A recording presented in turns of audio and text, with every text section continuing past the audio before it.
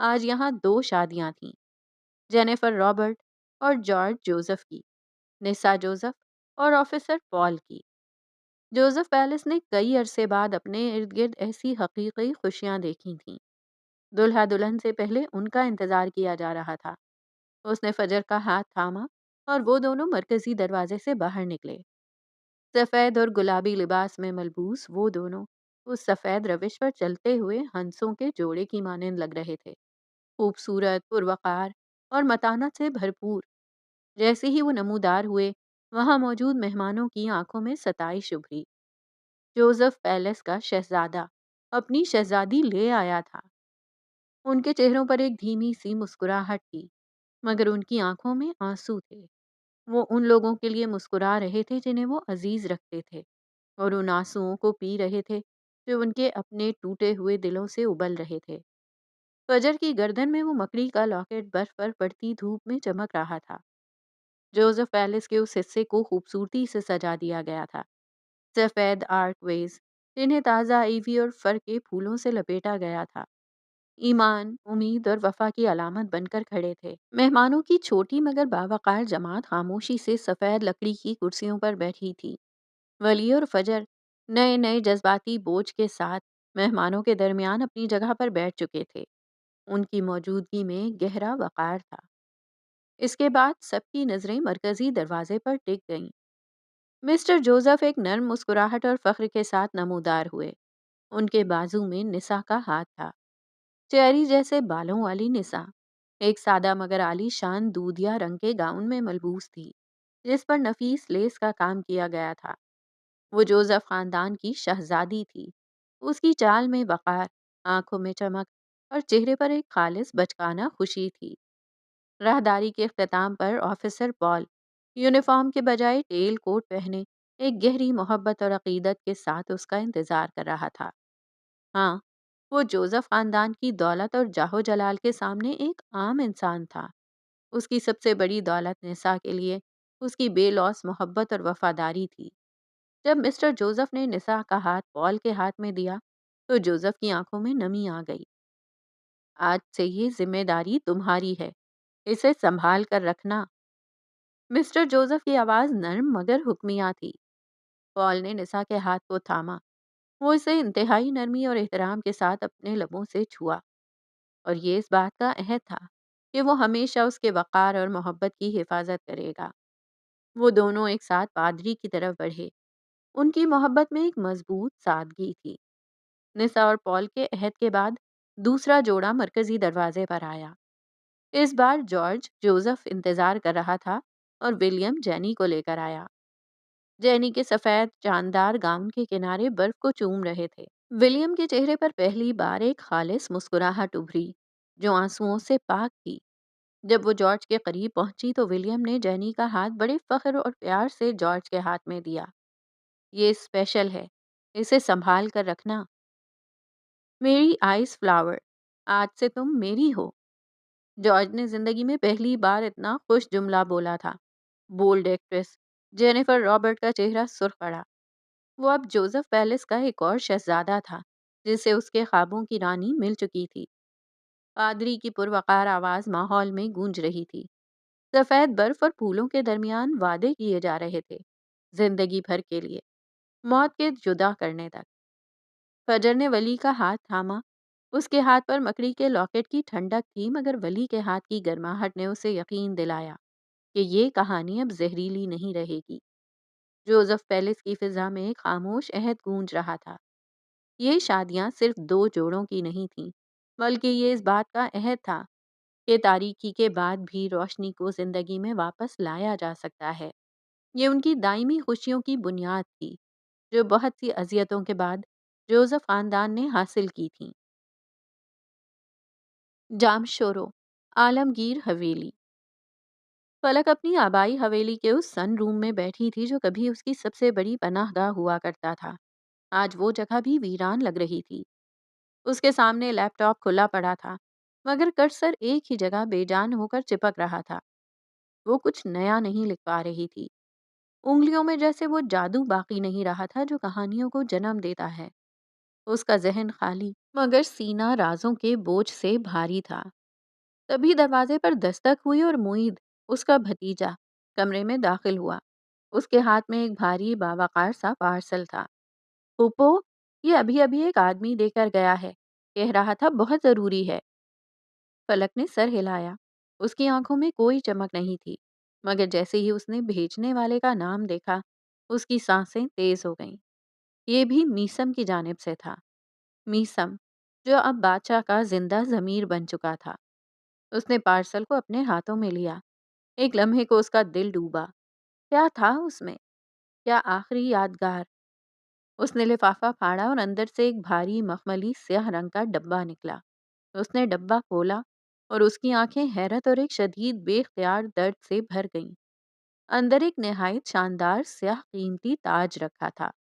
ملکہ ملون کا تاج، جو کئی سال ادھورا رہا تھا۔ وہ تاج خالص سیاہ سونے سے بنا تھا۔ اس کا ڈیزائن جرأت مندانہ اور قدیم رائلٹی کا حامل تھا۔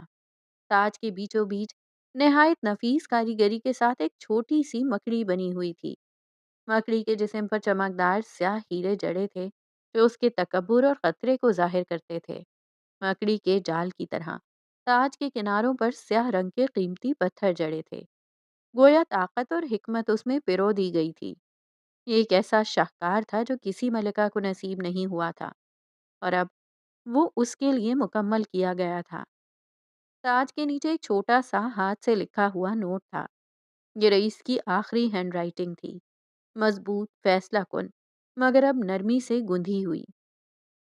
یہ تاج اس عورت کے لیے ہے جس نے سب سے زیادہ مشکل انتخاب کیا، جو ایک نرم دل ملکہ ہے، مگر جس نے آگ سے گزر کر اپنے گھر کو بچایا۔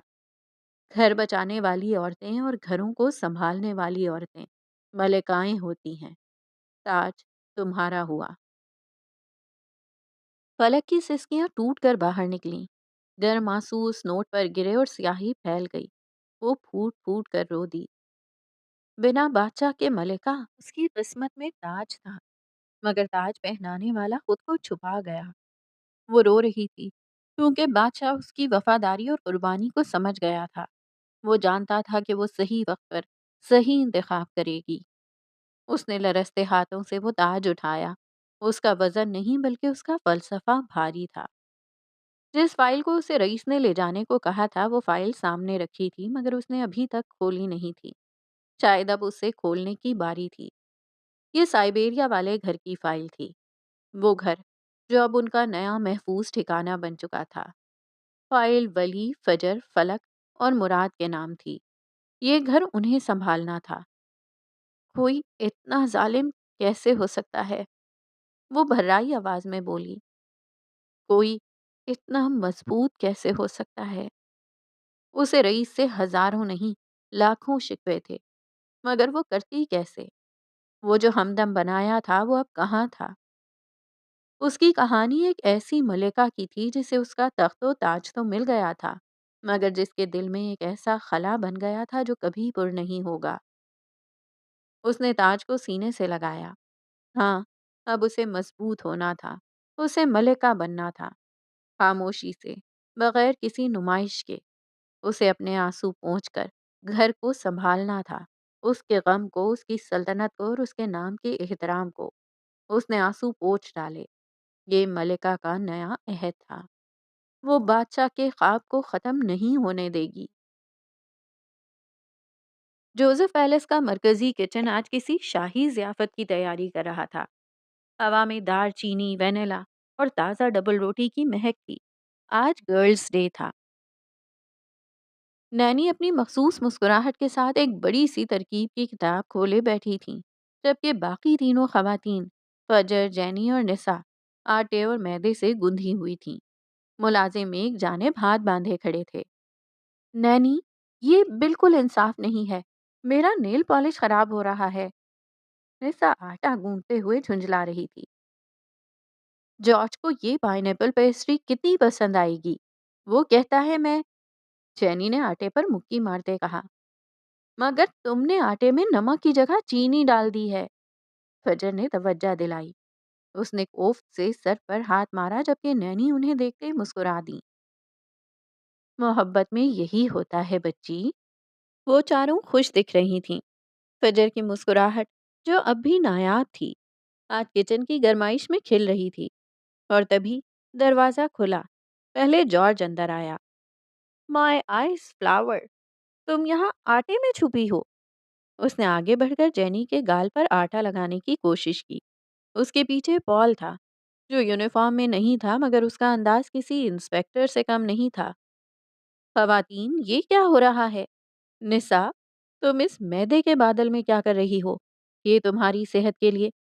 اپنی صحت کی فکر کرو آفیسر۔ اس نے میدے کا بھرا چمچہ اٹھایا اور آخر میں ولی داخل ہوا۔ وہ کچھ نہیں بولا۔ اس نے سیاہ سویٹر پہنا ہوا تھا، بازو فولڈ کیے ہوئے، اور وہ سیدھا آ کر کاؤنٹر سے ٹیک لگا کر کھڑا ہو گیا۔ اس کی کتھئی آنکھیں صرف فجر پر ٹکی تھیں، جو اس کی خاموش موجودگی سے ہی گڑبڑا گئی تھی۔ وہ اسے صرف اپنی آنکھوں سے ہی پزل کر رہا تھا۔ تمہیں یہاں نہیں ہونا چاہیے۔ وہ اسے گھوری سے نوازتے کام میں مشغول ہوئی۔ وہ دھیمی آواز میں اس کے قریب ہوتے ہوئے گویا ہوا۔ کیوں؟ کیا میں تمہاری مدد نہیں کر سکتا؟ ایک اسٹرابیری اٹھائی اور اس کا سکون برباد کرتے ہوئے سکون سے کھانے لگا۔ نینی نے چشمے کے اوپر سے دیکھتے ہوئے انہیں تنبیہ کی۔ تم تینوں کو یہاں نہیں ہونا چاہیے، باہر جاؤ۔ لیکن نینی، ہم تو صرف کوالٹی کنٹرول کر رہے تھے۔ جارج نے ایک اور پیسٹری اٹھانے کی کوشش کی۔ میں صرف اپنی بیوی کی حفاظت کو یقینی بنا رہا ہوں، پال نے لقمہ دیا۔ اور میں صرف بھوکا ہوں، ڈیفالٹ پیس نے کس قدر سکون سے کہا۔ ہمیں تم لوگوں کی ضرورت نہیں ہے، برائے مہربانی یہاں سے جاؤ، فجر نے ٹپ کر کہا۔ یہ ناممکن ہے مائی ٹوائلائٹ۔ وہ ہاتھوں سے نکلتا جا رہا تھا۔ میں ڈیڈ کو بلا لوں گی۔ نسا نے اپنے دو ڈھیٹ بھائیوں اور تیسرے شوہر کی جانب دیکھتے دھمکی دی۔ کسے فرق پڑتا ہے؟ ایک اور اسٹرابری اٹھاتے ولیم بے نیازی سے بولا۔ میں نہیں ڈرتا۔ جارج نے کالر جھاڑے۔ اور میں تو پولیس آفیسر ہوں۔ پال نے کندھے اکڑائے۔ خواتین نے ایک دوسرے کو دیکھا۔ اب وقت آ گیا تھا آخری ہتھیار استعمال کرنے کا۔ انکل! جینی کی آواز بلند ہوئی۔ جارج کا ہاتھ جو پیسٹری تک پہنچنے ہی والا تھا وہیں اٹک گیا۔ اس کا ہاتھ ہوا میں معلق رہ گیا۔ جینی، تم؟ چہرے پر بے یقینی ابھری۔ انکل آئیے گا۔ ارے چپ کرو! ولیم نے تیزی سے آگے بڑھ کر فجر کے منہ پر ہاتھ رکھا، اور پھر آخری دھماکہ ہوا۔ یہ آواز جوزف پیلس کے در و دیوار سے ٹکرا کر گونجی۔ پہلی آواز پر اسٹڈی روم میں بیٹھے مسٹر جوزف نے کتاب سے نظریں اٹھائی تھیں۔ دوسری آواز پر وہ سیڑھیوں کے اوپر دکھائی دیے تھے، اور تیسری آواز پر وہ نیچے تھے۔ وہ کچن کے دروازے پر کھڑے تھے۔ انہوں نے کچھ نہیں کہا۔ ان کا چہرہ سپاٹ تھا مگر آنکھوں میں وہ ٹھہراؤ تھا جو کسی بھی طوفان سے زیادہ خوفناک تھا۔ تینوں مرد جو کچھ دیر پہلے اکڑ رہے تھے، اب کسی اسکول کے بچے کی طرح سیدھے کھڑے تھے۔ جارج نے پیسٹری واپس رکھ دی۔ پال نے اپنے ہاتھ پیچھے کر لیے۔ ولیم نے فجر کے منہ سے ہاتھ ہٹا کر انتہائی معصومیت سے جیبوں میں ڈال لیے۔ آؤٹ! انہوں نے صرف ایک لفظ کہا۔ تینوں نام نہاد مردوں نے ایک دوسرے کو دیکھا۔ کوئی بحث نہیں ہوئی، کوئی صفائی نہیں ہوئی۔ وہ چپ چاپ مڑے اور کچن سے نکل گئے۔ اور ہاں، شام کے کھانے تک اندر مت آنا۔ وہ عظیم الحبسہ دروازے سے باہر نکل رہے تھے جب عقب میں ایک اور آواز سنائی دی۔ دھڑام! دروازہ بند ہو گیا۔ تینوں مردوں کو جوزف پیلس سے جلا وطن کر دیا گیا تھا، اور اب مرکزی دروازے کے باہر جوزف پیلس کے وسیع پتھریلے راستے پر وہ تینوں کھڑے تھے۔ اور ٹھیک اسی لمحے اسکاٹ لینڈ کے موسم نے اپنا رنگ دکھایا۔ تیز برستی بارش شروع ہو گئی۔ یہ یہ میرے ساتھ نہیں ہو سکتا۔ میں اسٹار لائٹ اسٹوڈیو کا ڈائریکٹر ہوں۔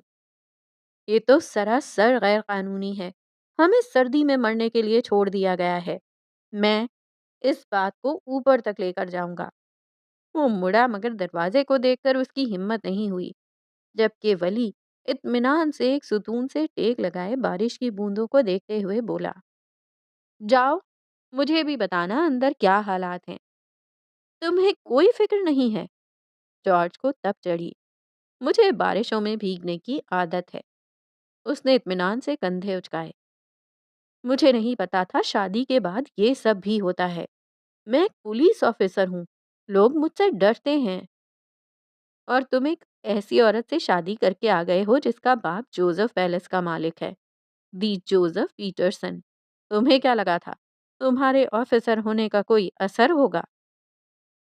کچھ دیر بعد ایک گاڑی جوزف پیلس کے سامنے آ کر رکی۔ یہ نیل تھا۔ اس نے گاڑی روکی اور شیشہ نیچے کیا۔ تم تینوں یہاں کیا کر رہے ہو؟ بارش میں نہا رہے ہو؟ اس نے حیرت سے پوچھا۔ تم یہاں کیسے؟ جارج کو اس کے اس وقت آنے پر حیرت ہوئی۔ یہ اس ولیم نے کہا تھا کہ آج یہاں میری ضیافت ہے۔ جارج اور پال نے حیرت سے ولیم کو گھورا۔ ہاں، وہ خواتین بنا رہی ہیں اور تم آ گئے ہو تو اب گاڑی سے اترو۔ کیا؟ میں کیوں اتروں؟ کیونکہ اگر میں ذلیل ہو رہا ہوں تو تم بھی ہوگے، بلکہ ہم سب ساتھ ہوں گے۔ اس سے پہلے کہ وہ گاڑی ریورس کرتا وہ اسے گھیر چکے تھے۔ ولیم، تم ایک نمبر کے جھوٹے اور دھوکے باز انسان ہو۔ تم پاکستان میں ہی ٹھیک تھے، آتے ہی رنگ دکھانا شروع کر دیے۔ وہ غصے سے بڑبڑا رہا تھا اور ان کے ساتھ بارش میں بھیگ رہا تھا۔ اس کا بس نہیں چل رہا تھا کہ وہ اس ڈیفالٹ پیس کو یہیں گاڑ دیتا۔ مجھے نہیں آنا تھا، یہ گھر ہی عجیب ہے، نیل کرلایا۔ نہیں، گھر بہت اچھا ہے، بس بس عورتیں بہت طاقتور ہیں، جارج نے اضافہ کیا۔ مجھے نہیں پتا تھا یہاں ایسا ویسا بھی کچھ ہوتا ہے۔ پال نے افسردہ سانس بھری۔ باقی تینوں نے اسے دیکھا۔ چہروں پر استہزائیہ مسکراہٹ تھی۔ اوہ بیچارہ آفیسر، ولیم کی ہنسی سنائی دی۔ تو تمہیں کس نے کہا تھا غیرت اتار کر محبت میں اندھے ہو کر سسرال میں رہنے لگ جاؤ؟ نیل کپ کپاتے ہوئے جل کر بولا۔ میں محبت میں اندھا نہیں ہوں۔ اس نے سرخ چہرہ لیے تڑپ کر صفائی دی۔ نسا بہت اچھی ہے۔ ہاں، وہ سب بہت اچھی ہیں۔ جینی ایک فرشتہ ہے، نسا ایک شہزادی ہے، اور فجر وہ ایک معصوم روح ہے۔ ولیم کے چہرے پر استہزاء ابھرا۔ باقی تینوں نے اسے دیکھا اور پھر ان کا قہقہہ گونج اٹھا۔ یہی مسئلہ ہے، جب آپ کسی ایسی عورت سے شادی کرتے ہیں جو بہت اچھی ہو تو آپ کو ان کے ساتھ آنے والے اضافی سامان کو بھی قبول کرنا پڑتا ہے، پال نے سنجیدگی سے کہا۔ اضافی سامان سے تمہاری مراد مسٹر جوزف ہیں؟ نیل نے حیرت سے پوچھا۔ ڈیڈ، نینی اور ان کا پورا اصولوں کا نظام۔ یہاں اس محل میں ہم بادشاہ نہیں ہیں، ہم صرف خوبصورت ساتھی ہیں جن کا کام تعریف کرنا اور وقت پر بارش میں بھیگنا ہے۔ جارج نے گہری سانس لی۔ میں یہاں مر جاؤں گا، نیل نے دہائی دی۔ نہیں مرو گے۔ ولیم نے اوپر کھڑکی کی طرف دیکھا۔ فجر پردہ ہٹا کر انہیں دیکھ رہی تھی۔ کیونکہ اگر ہم مر گئے تو انہیں تنگ کون کرے گا؟ جیسے ہی اس نے یہ کہا، بڑا سا دروازہ کھلا۔ نینی باہر آئیں، ملازمہ ان کے ساتھ تھیں۔ وہ دروازے کے پاس ایک ٹرے رکھ کر واپس چلی گئیں۔ چاروں بھاگ کر ٹرے کی طرف لپکے۔ اس میں 4 بڑے گرم کافی کے مگ اور تازہ بسکٹ تھے۔ میں اپنی بیوی سے بہت محبت کرتا ہوں، جارج نے کافی پیتے ہوئے کہا۔ یہاں کا نظام بہترین ہے، پال نے بسکٹ منہ میں ڈالا۔ جوزف پیلس کی تو کیا ہی بات ہے، نیل کافی کا مگ دونوں ہاتھوں میں تھامتے ہوئے بولا۔ تم لوگ اسی قابل ہو، دہلیز میں بیٹھ کر کھانے والوں۔ ولیم انہیں پلٹتے دیکھ کر تعصب سے بولا، بھوکے مرد۔ وہ چاروں اس ٹھنڈی بارش میں گرم کافی پیتے ہوئے ہنس رہے تھے۔ جوزف پیلس نے آج مردوں کو ان کی اصل جگہ دکھا دی تھی۔ اسکاٹ لینڈ کی سرد ہواؤں میں آج موری فیلڈ اسٹیڈیم کی گونج شامل تھی۔ یہ رگبی کا سیزن تھا اور آج کا میچ سنسنی خیز تھا۔ اسٹیڈیم 60,000 سے زائد لوگوں کے شور سے بھرا ہوا تھا جو ایک ہی لہر کی طرح اٹھتا اور گرتا تھا۔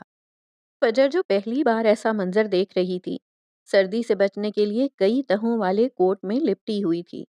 اس نے گرم کافی کا کپ اپنے ٹھنڈے ہاتھوں میں تھام رکھا تھا، مگر اس کی نظریں کھیل پر نہیں، اپنے برابر بیٹھے شخص پر تھیں۔ ولی آج وہ محافظ نہیں لگ رہا تھا، وہ آج صرف ولیم جوزف تھا، ایک سابق رگبی پلیئر۔ جس کا دل ابھی بھی اسی سبز میدان میں دھڑکتا تھا۔ اس کی آنکھیں چمک رہی تھیں، چہرہ جوش سے سرخ تھا۔ وہ اپنی سیٹ پر بیٹھا نہیں تھا، بلکہ کنارے پر جھکا ہوا تھا، جیسے خود میدان میں اترنے کو بےتاب ہو۔ اس نے ایک سخت ٹیکل پر چلایا، گیٹ ہم گیٹ ہم! یہ فاؤل ہے، ریفری سو رہا ہے کیا؟ فجر ہلکا سا مسکرائی۔ مجھے لگتا ہے تم ان کی ٹانگیں یہیں سے توڑ دو گے۔ آرام سے بیٹھو نا۔ آرام سے؟ فجر تم دیکھ نہیں رہی وہ کتنی بری طرح کھیل رہے ہیں؟ اس کھلاڑی کو تو میں… اس نے کھیل پر نظریں جمائے کہا۔ اس کا بس نہیں چل رہا تھا کہ وہ اٹھ کر جائے اور خود کھیلے۔ فجر اس کی اس جنون پر حیران تھی۔ یہ وہ ولی نہیں تھا جسے وہ لاہور میں دیکھتی تھی، وہ جو برف جیسا سرد اور حساب کتاب میں ڈوبا رہتا تھا۔ یہ ایک الگ ہی انسان تھا، جوش اور زندگی سے بھرپور ولیم جوزف۔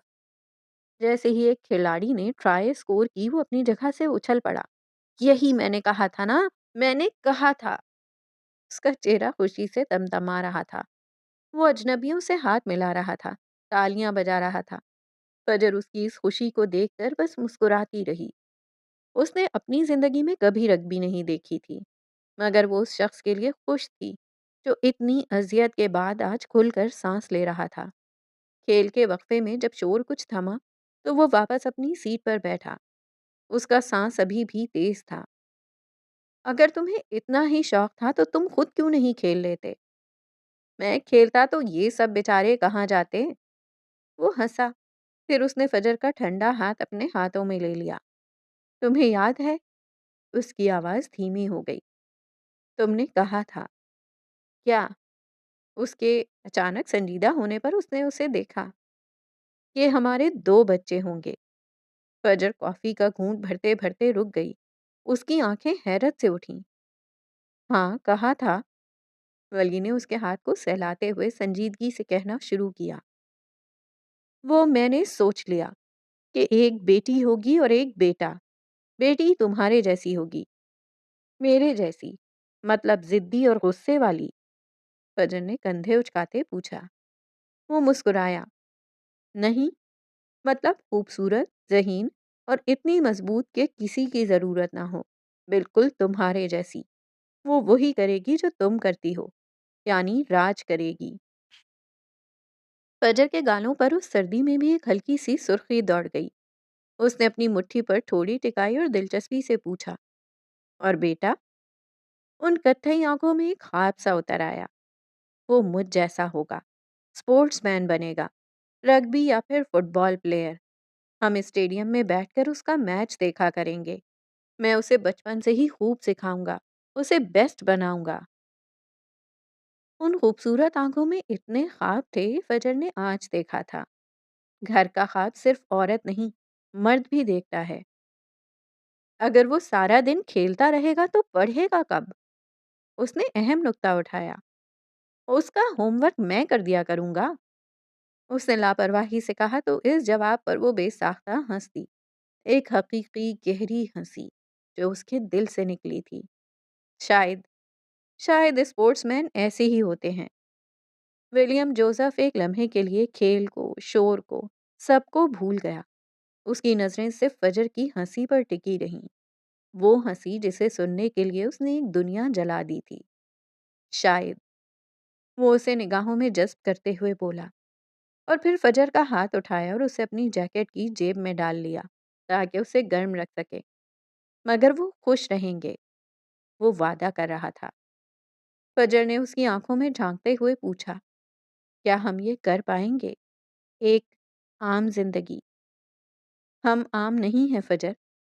فجر کے ہاتھ پر گرفت مضبوط کرتے ہوئے اس نے سنجیدگی سے جواب دیا۔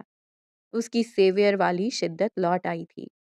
لیکن ہم خوش رہنا ڈیزرو کرتے ہیں، اور میں اس بات کو یقینی بناؤں گا۔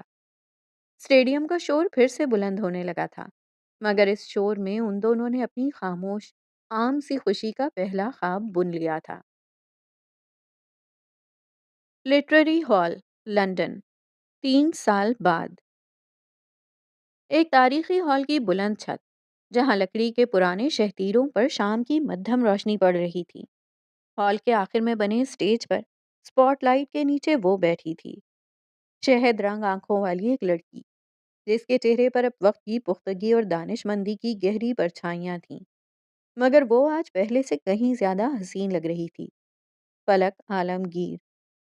اس کے ہاتھ میں ایک موٹی سی کتاب تھی اور اس کی آواز مائک کے ذریعے ہال کے کونے کونے میں گونج رہی تھی۔ الفاظ اتنے سحرنگیز تھے کہ سینکڑوں لوگوں کا مجمع ساکت بیٹھا تھا، جیسے وہ سانس لینا بھول گئے ہوں۔ وہ عنکبوت کی کہانی کو ایک مختلف انداز میں ایک فیری ٹیل کے طور پر سنا رہی تھی، ایک زہریلی فیری ٹیل۔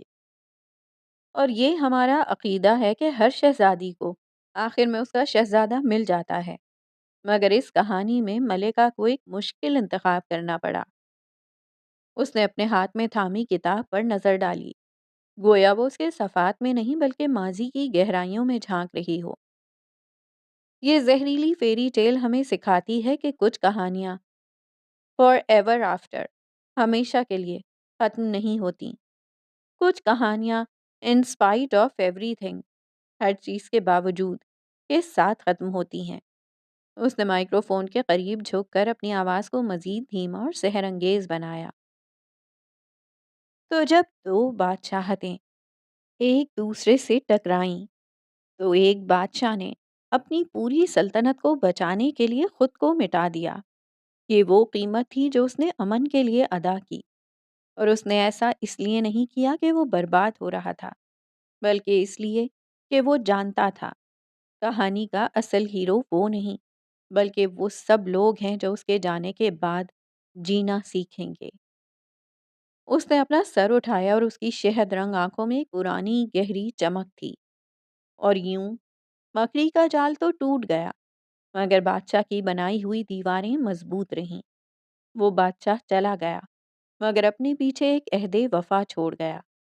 وہ جو چلا گیا اس نے جیت لیا، اور جو پیچھے رہ گئے انہیں بادشاہت کی سب سے بھاری وراثت کو سنبھالنا پڑا۔ اس نے ایک آخری جملہ ادا کیا اور کتاب بند کر دی۔ اس کے جوڑے میں بندھے شہد رنگ بال اسپاٹ لائٹ کی روشنی میں سونے کی طرح چمک رہے تھے۔ چہرے کے گرد جھولتی دو لٹیں اسے حسین تر بنا رہی تھیں۔ ہال میں جیسے زندگی کی لہر دوڑی، تالیوں کی گونج اتنی شدید تھی کہ جیسے کوئی طلسم ٹوٹا ہو۔ اس نے مسکراتے ہوئے پانی کا گلاس اٹھایا۔ اب سوال و جواب کا سیشن تھا۔ مس عالمگیر، آپ کی کہانی میں بادشاہ چلا گیا مگر اس نے ملکہ کو کیا دیا؟ پہلا سوال ابھرا۔ فلک مسکرائی۔ یہ ایک اداس، گہری اور پرفخر مسکراہٹ تھی۔ اس نے مائک کے قریب ہوتے ہوئے جواب دیا، ایک تاج۔ ایک تاج؟ واؤ! اور وہ کرسڈ لڑکی، وہ لڑکی جسے وہ بچانا چاہتا تھا، اس کے لیے کیا کیا؟ ہال میں مکمل خاموشی تھی۔ سب اس جواب کے منتظر تھے۔ فلک نے اپنی آنکھوں کو حاضرین پر گھمایا۔ اس پر ایک عہد لوٹا دیا۔ وہ پھر سے مسکرائی۔ مزید سوالات ہو رہے تھے۔ وہ جواب دے رہی تھی اور پھر ہال کے پچھلے دروازے سے ایک آواز آئی جو اس شور میں بھی اپنا راستہ بنا گئی۔ ماما! ایک بچے کی باریک پرجوش آواز۔ وہ جو ابھی ایک سوال کا جواب دینے لگی تھی وہیں ٹھٹک گئی۔ اس کا سارا پروفیشنل وقار ایک لمحے میں پگھل گیا۔ اس نے فوراً رخ موڑ کر دیکھا۔ ایک 3 سالہ بچہ نیلے رنگ کا لباس پہنے بھاگتا ہوا اس کی جانب آ رہا تھا۔ ماما! فلک کی شہد رنگ آنکھیں جل اٹھیں۔ وہ کرسی سے اٹھی اور اسٹیج سے نیچے اتر آئی۔ وہ بچہ آ کر اس سے لپٹ گیا۔ فلک نے اسے اپنی باہوں میں بھر لیا، اس کی خوشبو میں سانس لی اور اس کے گالوں کو چوم لیا۔ وہ اتنا پیارا تھا کہ سب اسے دیکھ رہے تھے۔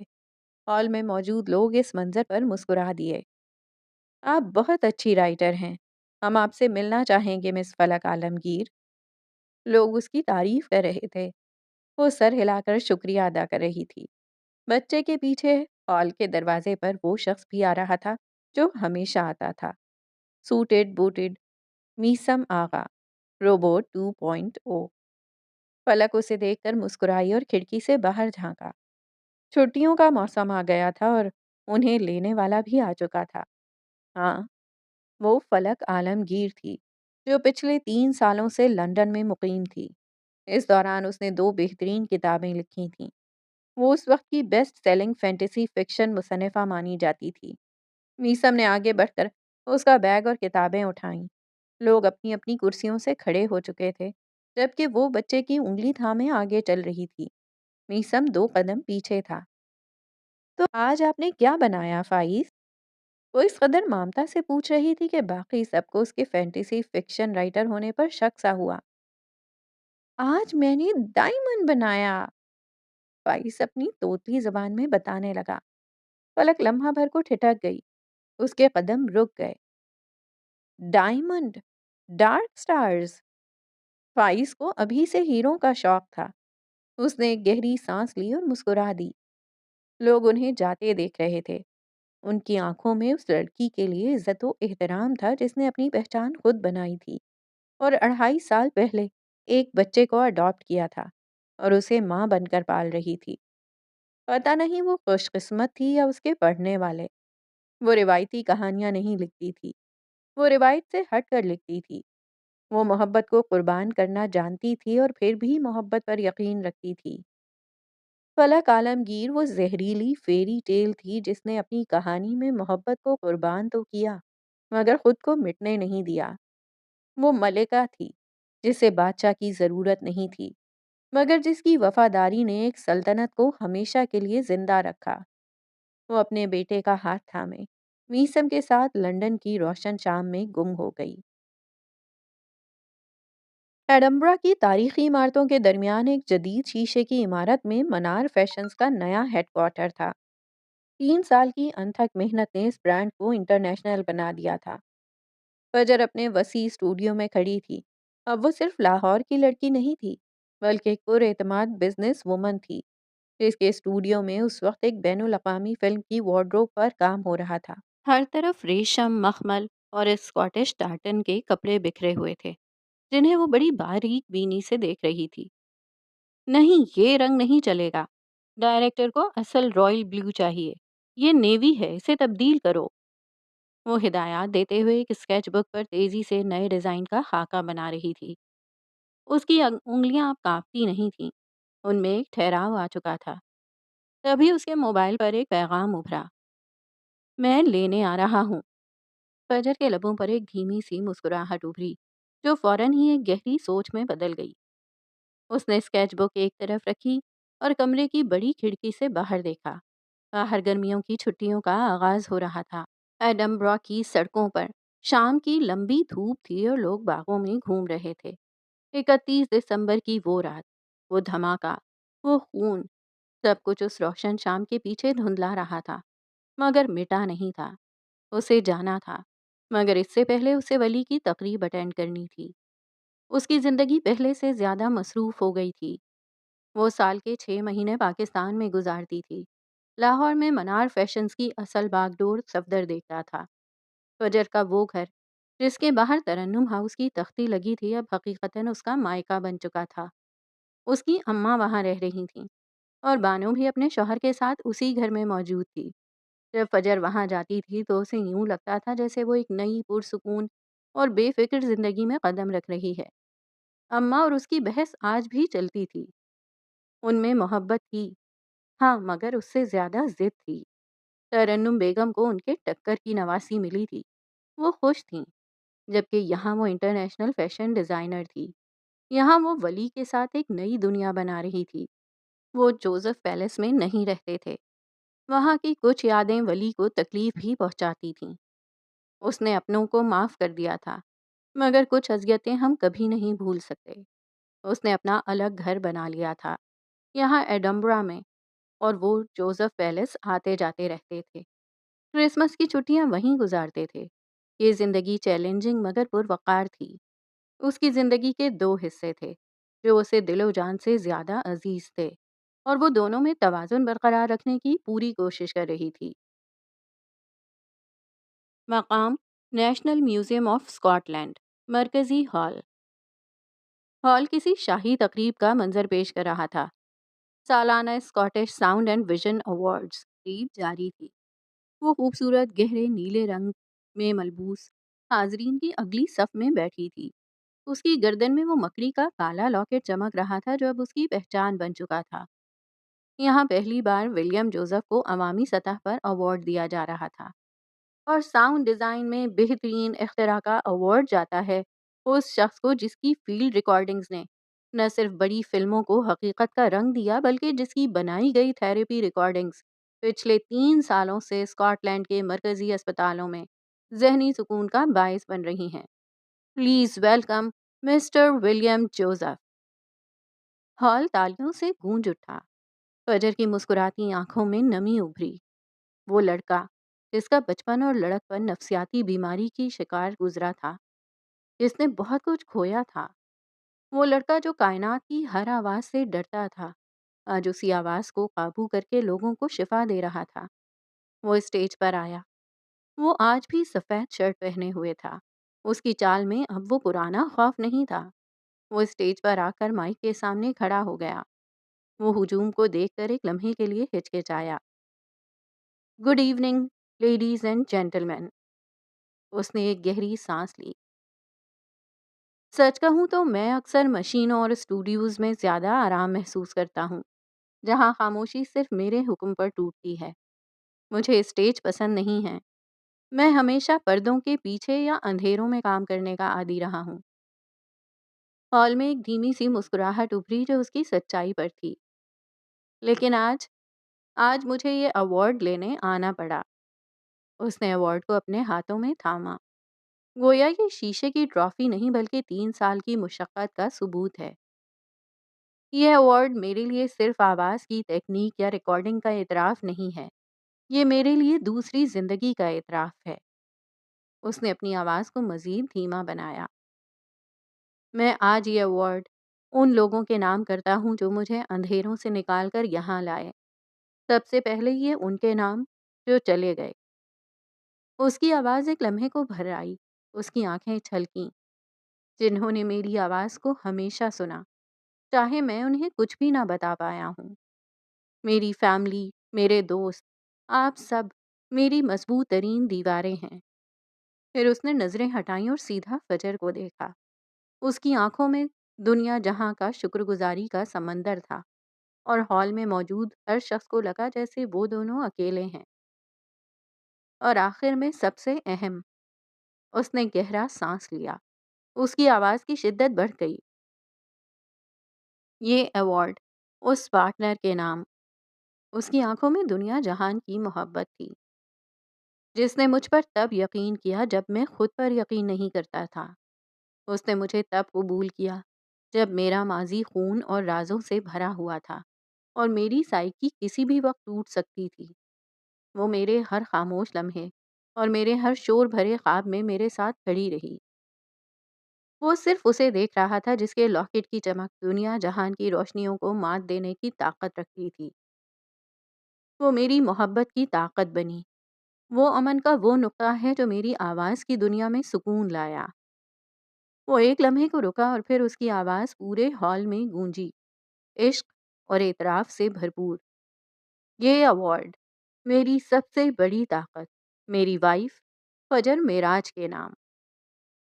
اس کی اس بات نے ہال میں گہرا تاثر چھوڑا۔ فجر نم آنکھوں سے مسکرا رہی تھی۔ مقام سائبیریا، روس۔ ایک محفوظ گھر۔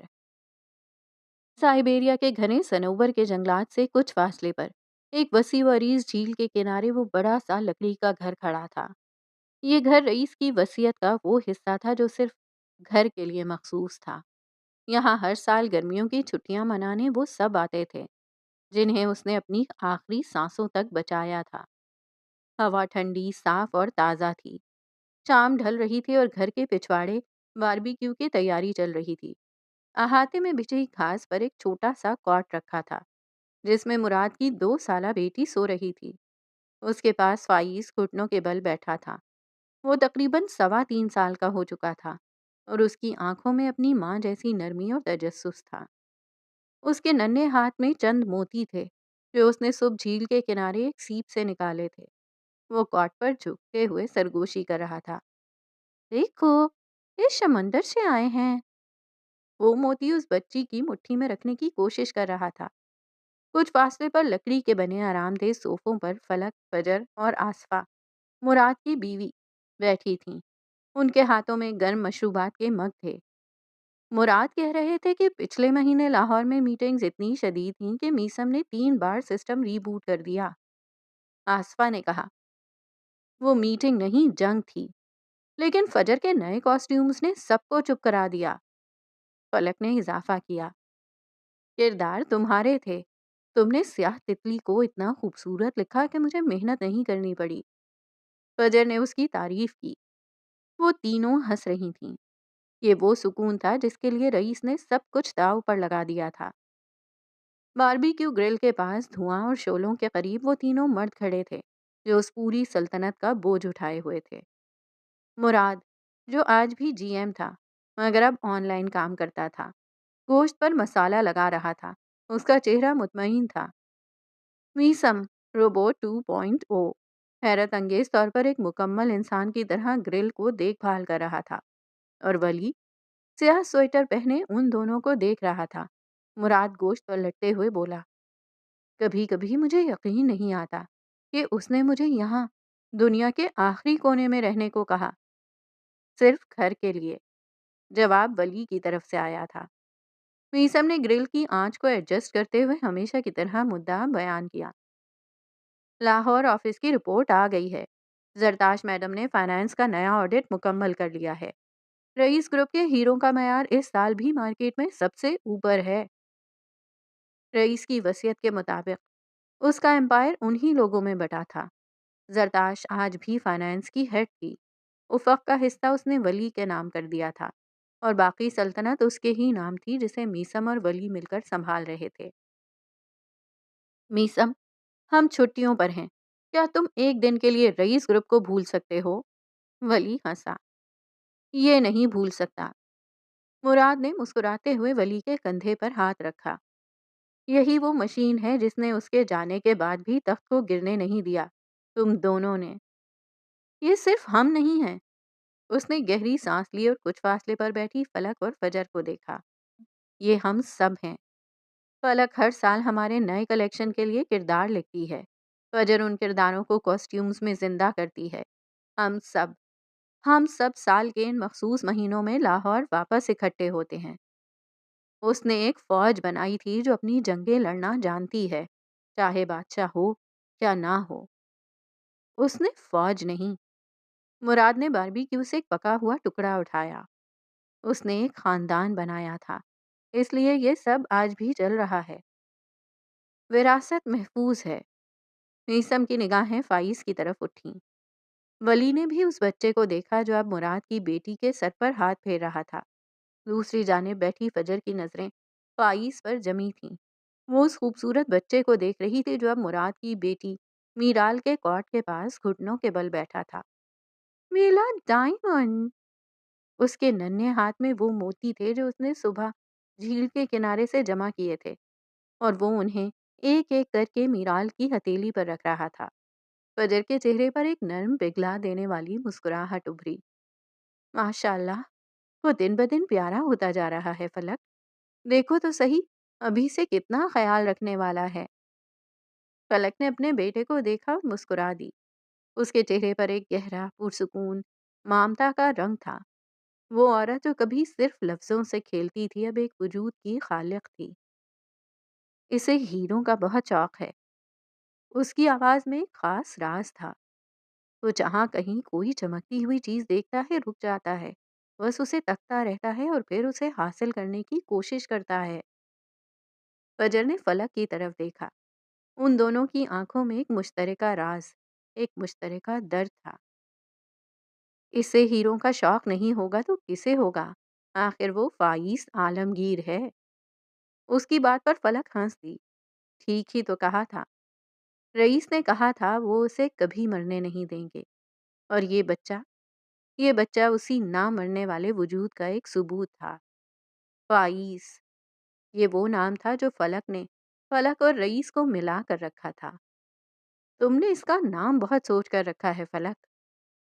فجر نے صوفے سے پشت ٹکرائی۔ وہ اس نام کا حقدار ہے۔ پتہ ہے، میں اسے دنیا کا بہترین انسان بنانا چاہتی ہوں، پھر چاہے وہ ہیروں کا کاروبار کرے یا کہانیاں لکھے، مگر وہ ایک بہترین انسان ہوگا، ذہین، فتین اور دنیا میں سب سے آگے۔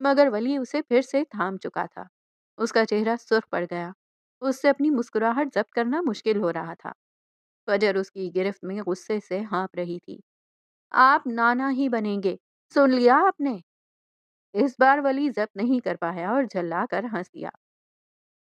وقت تیزی سے اڑ رہا تھا۔ سائبیریا کی اس خاموش ٹھنڈی شام میں ان کی آوازیں گونج رہی تھیں۔ فلک بچوں کے قریب کھڑی ہنس رہی تھی۔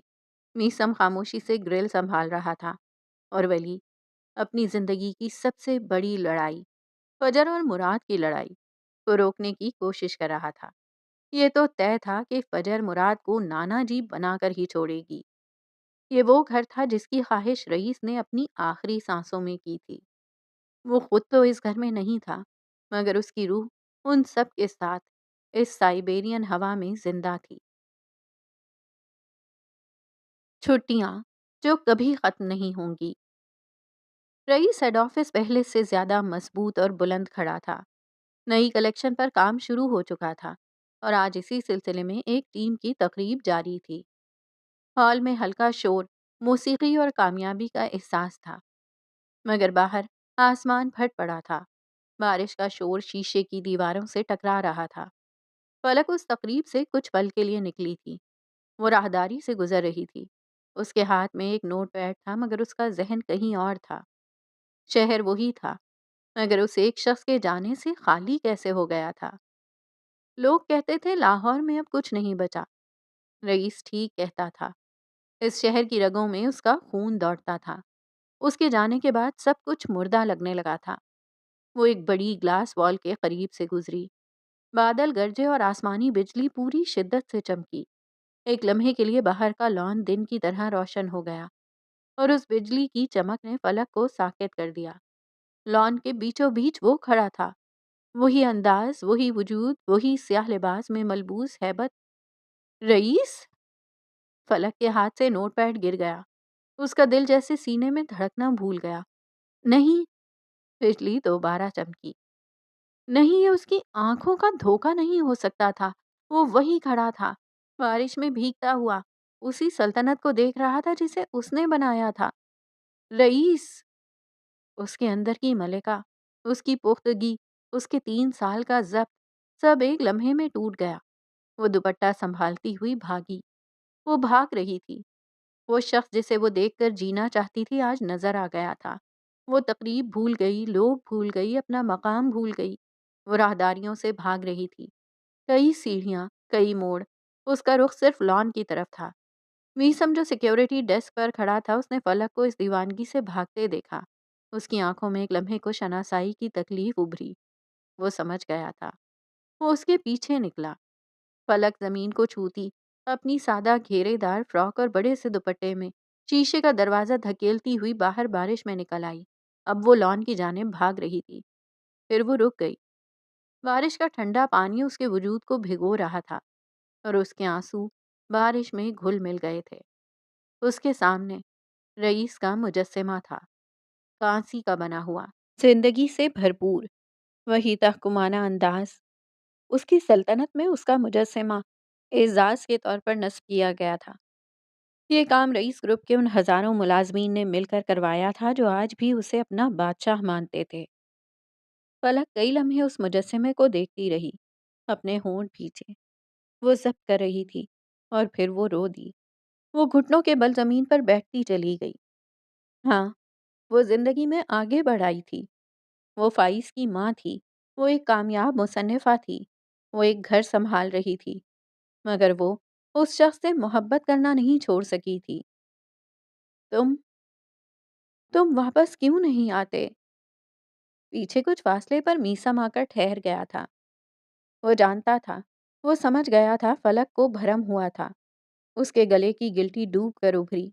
اس روبوٹ کی آنکھوں میں آج نمی تھی۔ 3 سال گزر چکے تھے۔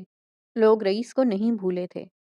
وہ جانتے تھے وہ چھٹیوں پر گیا تھا اور وہ سب اس کے لوٹ آنے کا انتظار کر رہے تھے، مگر فلک جانتی تھی یہ چھٹیاں کبھی ختم نہیں ہوں گی۔ وہ خود پر ضبط کرنے کی کوشش کر رہی تھی، مگر آج اس کا سارا ضبط ٹوٹ گیا تھا۔ وہ بچوں کی طرح پھوٹ پھوٹ کر رو رہی تھی۔ وہ ملکہ تھی، مگر اس کا بادشاہ صرف ایک یاد، ایک مجسمہ بن کر رہ گیا تھا۔ یہ اس کی زہریلی فیری ٹیل کا سب سے بڑا موڑ تھا۔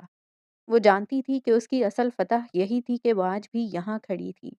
اس نے اپنے غم، دکھ اور محبت کے زہر کو اپنے فن میں بدل دیا۔ وہ کتنی ہی دیر روتی رہی، پھر اس نے مٹی لگے ہاتھوں سے اپنا چہرہ پونچھا، پھر مجسمے کو دیکھا اور نم آنکھوں سے مسکرا دی۔ یہ ایک نئی پرعزم اور فاتحانہ مسکراہٹ تھی۔ وہ اٹھی، بارش میں کھڑی رہی اور اپنے دوپٹے کو اس شان سے سر پر درست کیا جیسے کسی نے ایک نیا تاج پہنا ہو۔ ہاں، فلک عالمگیر ہمیشہ کے لیے وہ مصنفہ رہے گی جس نے اپنے سب سے بڑے کردار کو اپنی کہانی سے مٹا کر اسے اپنے ہر لفظ، اپنے ہر خواب اور اپنے فائیس میں ہمیشہ کے لیے زندہ کر لیا تھا۔ میسم اس کے پیچھے چھتری لیے خاموشی سے کھڑا رہا۔ فلک نے مڑ کر میسم کو دیکھا۔ اس کی آنکھوں میں گہرا تشکر تھا، سر پر رکھا آنچل، بھیگا چہرہ اور مڑی ہوئی پلکیں۔ حسن اتنا بلند ہوا تھا کہ فلک بن گیا۔ میسم نے نظریں جھکا لیں۔ کچھ رشتے بنا نام کے ہی حسین ہوتے ہیں۔ کچھ لوگ ہماری زندگی میں سائے کے لیے ہوتے ہیں۔ وہ ہمارا ساتھ کبھی نہیں چھوڑتے، چاہے آسمان سے آگ برسے یا رحمت کی بارش ہو۔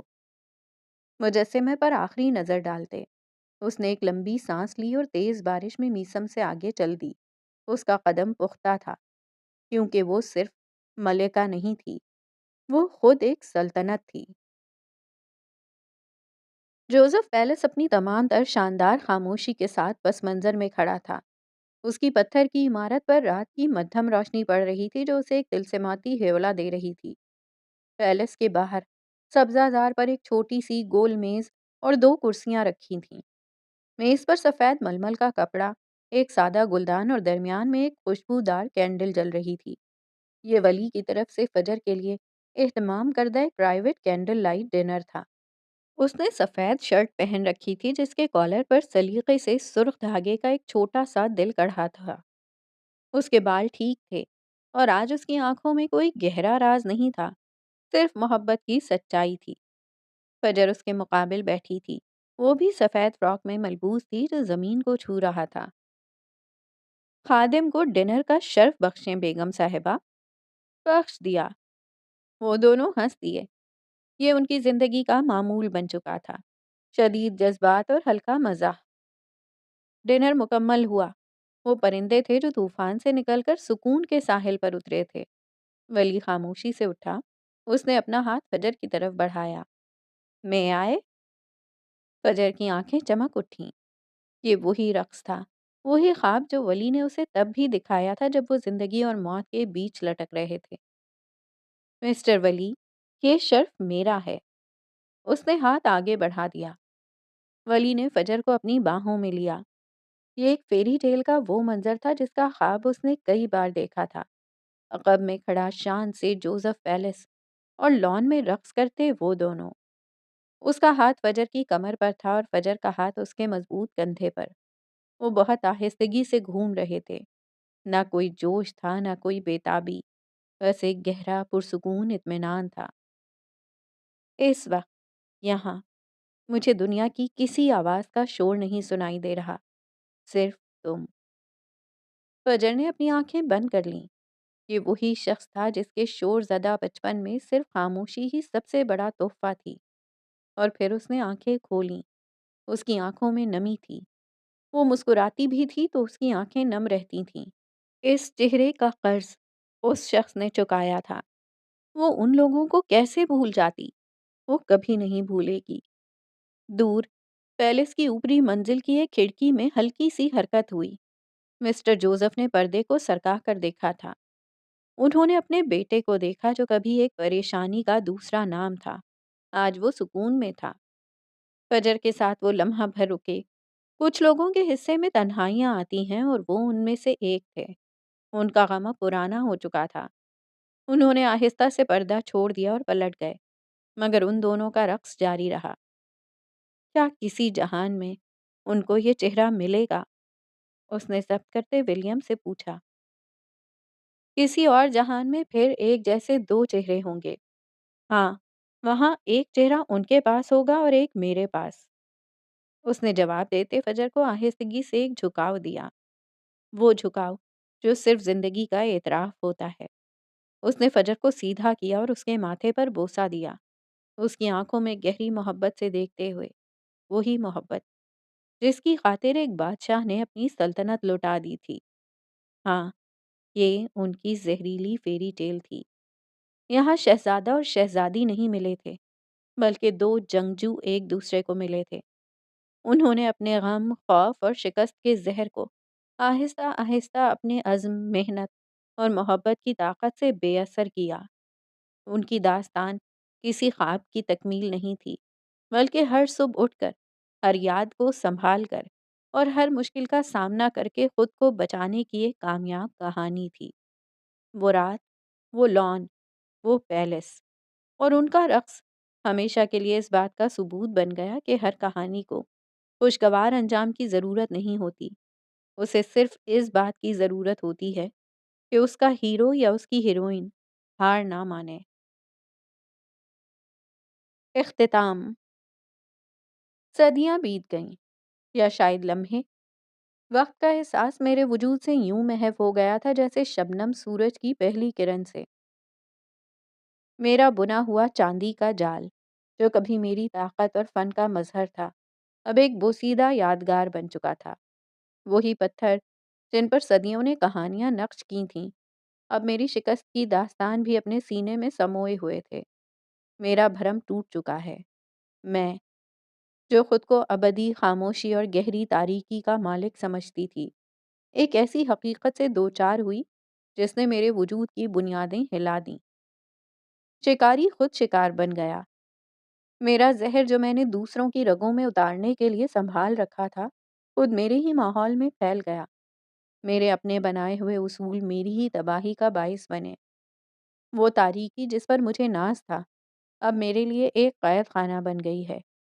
وہ آہٹیں جنہیں میں زندگی کی علامت سمجھ کر اپنے جال کی طرف کھینچتی تھی، اب میرے لیے خطرے کی گھنٹیاں بن گئی ہیں۔ میرا فن، میرا صبر، میری عبادت، سب بے معنی ہو گئے۔ لیکن اس زہر آلود ماحول میں، اس اتھاہ گہرائی میں، جہاں امید کی ہر کرن دم توڑ چکی تھی، کچھ دیے ٹمٹماتے رہے۔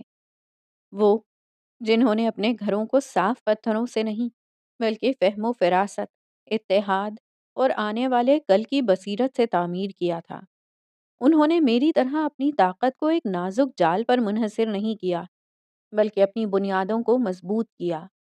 وہ جانتے تھے کہ اصل طاقت کسی ایک کونے میں چھپ کر وار کرنے میں نہیں، بلکہ مل کر طوفانوں کا مقابلہ کرنے میں ہے۔ ان کی دیواریں صرف پناہ گاہیں نہیں تھیں، بلکہ ایک نئے آغاز کا اعلان تھیں۔ میرا جال ٹوٹا، میری خاموش سلطنت بکھر گئی۔ غار کی وہ گہری تاریکیاں جو کبھی میری ہیبت کا گواہ تھیں، اب ان کی استقامت کا گواہ بنی۔ وہ سسکیاں جو کبھی میرے شکار کی ہوتی تھیں، اب میری بے بسی کا نوحہ تھیں۔ میں نے سیکھا کہ زندگی کا نظام صرف ایک کی موت سے دوسرے کی زندگی کا سبب نہیں بنتا، بلکہ یہ بھی سکھاتا ہے کہ جو خود کو وقت کے ساتھ نہیں بدلتا، جو اپنی کمزوریوں کو پہچان کر انہیں طاقت میں نہیں ڈھالتا، وہ فنا ہو جاتا ہے۔ ہاں، میں عنکبوت ہوں۔ میں نے ہر کردار کو بنا، ہر ڈرامے کو ترتیب دیا اور ہر انجام کو اپنے ہاتھ سے لکھا، اور یہ میری کہانی کا وہ اختتام ہے جہاں میری تاریکی پر روشنی نے غلبہ پایا، جہاں میرے بنے ہوئے جال سے زیادہ مضبوط وہ گھر ثابت ہوئے جن کی بنیادیں خوف پر نہیں، حوصلے پر رکھی گئی تھیں۔ غار اب بھی وہیں ہے، پتھر اب بھی کہانیاں سناتے ہیں، لیکن اب ان کہانیوں میں ایک سبق بھی شامل ہے، بقا کا سبق، اور یہ کہ حقیقی طاقت کمزور کو شکار کرنے میں نہیں، بلکہ اپنی کمزوریوں کے باوجود مضبوط رہنے میں ہے۔ میری کہانی کا راز اب مکمل طور پر ظاہر ہو چکا تھا، اور اس کی آخری سطر ان بچ جانے والوں نے لکھی تھی، سروائیورز نے، اپنی مضبوط پناہ گاہوں کی خاموش زبان میں۔ لیکن ایک حیرت انگیز سرگوشی، لیکن یہ میں کیا دیکھ رہی ہوں؟ وہ روشنی جو تاریکی کو بھی نگل جاتی ہے، وہ وجود جو کسی اصول کا پابند نہیں ہے، میری لکھی ہوئی کتاب میں یہ باب تو نہیں تھا۔ کیا تم دیکھنا چاہو گے؟ کیا یہ حقیقت ہے یا محض میرا بھرم؟ کیا ایک شکست خوردہ بادشاہ دوبارہ تاج پہن سکتا ہے؟ نہیں، یہ میری زندگی کی سب سے بڑی ہار ہوگی۔ گہرے خاموش جنگلات، ہوا برف کی خوشبو لا رہی تھی۔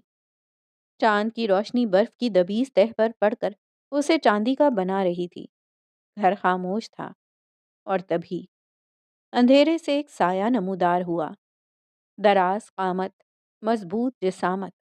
اس کے قدم برف پر پڑ رہے تھے، مگر کوئی آواز نہیں آ رہی تھی۔ اس کا سیاہ لباس رات کی تاریکی میں ضم ہو رہا تھا۔ وہ اندھیرے سے روشنی کی طرف آ رہا تھا۔ جیسے ہی وہ جنگل کی سرحد سے باہر نکلا، چاند کی روشنی اس کے چہرے کو چھو گئی۔ وہ ہیبت، وہ ٹھہراؤ، وہ گہری آنکھیں۔ اس کی آنکھوں کی گہرائی میں وہی ابدی ٹھہراؤ تھا جو موت نے بھی نہیں چھینا تھا۔ اس کے ہونٹ ایک دھیمی انتظار کی مسکراہٹ میں مڑے ہوئے تھے۔ اس کے ہاتھ میں ایک لاکٹ تھا، مکڑی کی شکل میں۔ یہ ویسا ہی لاکٹ تھا جیسا فجر کے پاس تھا۔ وہ یہ کبھی نہیں جان پائے گی کہ اسے بنانے والے نے دو جڑواں لاکٹ بنائے تھے۔ یہ اس کے وعدے کی آخری شکل تھی۔ ٹھیک اسی لمحے لاکٹ ایک دھیمی سرخ روشنی سے جل اٹھا۔ یہ اس بات کی علامت تھی کہ وہ اب ایک مکمل محفوظ زندگی جی رہی تھی۔ وہ مسکرایا۔ ہر کہانی اپنا سیویئر خود چنتی ہے، اور اس کہانی نے اپنا سیویئر ولیم جوزف کو چنا تھا۔ وہ جانتا تھا اسے مرنے نہیں دیا جائے گا۔ وہ دھیرے سے مسکرا دیا۔ اس کی آنکھوں میں آج کوئی غم نہیں تھا، کوئی انتقام نہیں تھا، صرف ایک کہانی کے تخلیق کار کا اطمینان تھا۔ اس کے ارد گرد کا منظر دھندلا گیا۔ ماضی کے مناظر فلم کے ریل کی طرح تیزی سے اس کے حافظے میں چلنے لگے۔